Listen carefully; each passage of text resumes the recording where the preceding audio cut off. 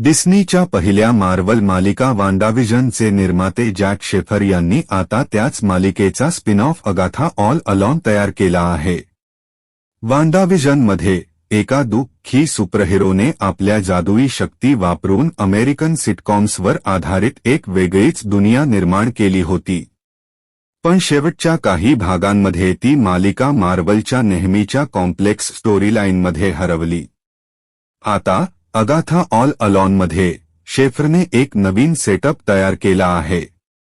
यात मुख्य पात्र अगाथा हार्कनेस एक धोकादायक जादूगार एकाच्या गंभीर क्राईम ड्रामा मेर ऑफ ईस्टटाउन सारख्या सेटिंगमध्ये दाखवली आहे. वांडाव्हिजनच्या शेवटच्या ठिकाणीच ती फसलेली आहे, एका मंत्राखाली, जिथे तिच्या शक्ती आणि तिची खरी ओळख हरवली आहे. तरीही या नवीन शैलीत अगाथाची व्यक्तिमत्वाची संपूर्ण बदल झालेली आहे आणि ती आता एक कट्टर, हिंसक शहरातील पोलीस अधिकारी आहे. पण हा सेटअप आश्चर्यकारकपणे कंटाळवाणा आणि दिशाहीन वाटतो, ज्यामुळे प्रतिभावान अभिनेत्री कॅथरीन हॅन आणि ऑब्रे प्लाझा सुद्धा कमी पडतात. जेव्हा पहिल्या एपिसोडमध्ये हा शो संपतो, तेव्हा तो केवळ एका तात्पुरत्या दिशेने जातो, त्याच्या वास्तविक फॉर्ममध्ये एका विनोदी, काल्पनिक साहसी कथेत प्रवेश करतो.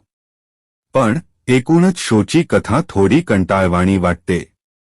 अगाथा ऑल अलोनमध्ये अगाथा हार्कनेसचे पात्र अजूनही स्वार्थी, गर्विष्ठ आणि तिरस्कारयुक्त दाखवले आहे.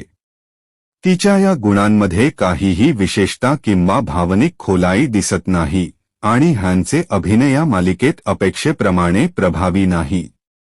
कथेतील एका हरवलेल्या मुलाचा उल्लेख सहानुभूती निर्माण करण्याचा प्रयत्न करतो, पण त्याने काही खास परिणाम होत नाहीत.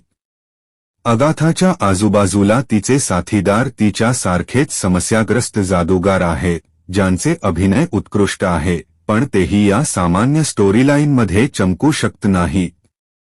फिमेल एम्पॉवरमेंटच्या थीमचे महत्त्व असले तरीही कथा जुनाट आणि सामान्य वाटते. मार्वलच्या प्रभावशाली पॉप कल्चरच्या आत्मविश्वासाचा दाखला क्रेडिट्सच्या समाप्तीमध्ये दिसून येतो, ज्यात द विजर्ड ऑफ ऑज ते बिविच सारख्या क्लासिक चित्रपटांच्या संदर्भांचा वापर केला आहे. पण अगाथा ऑल अलोन या सर्वांमध्ये फक्त विरघळून जाते. अंतिम निर्णय 5 पैकी 2. तर मित्रांनो, हा होता अगाथा ऑल अलोनचा रिव्ह्यू. तुम्हाला हा रिव्ह्यू कसा वाटला हे कमेंट बॉक्समध्ये नक्की सांगा. आवडल्यास लाईक आणि सबस्क्राईब करायला विसरू नका.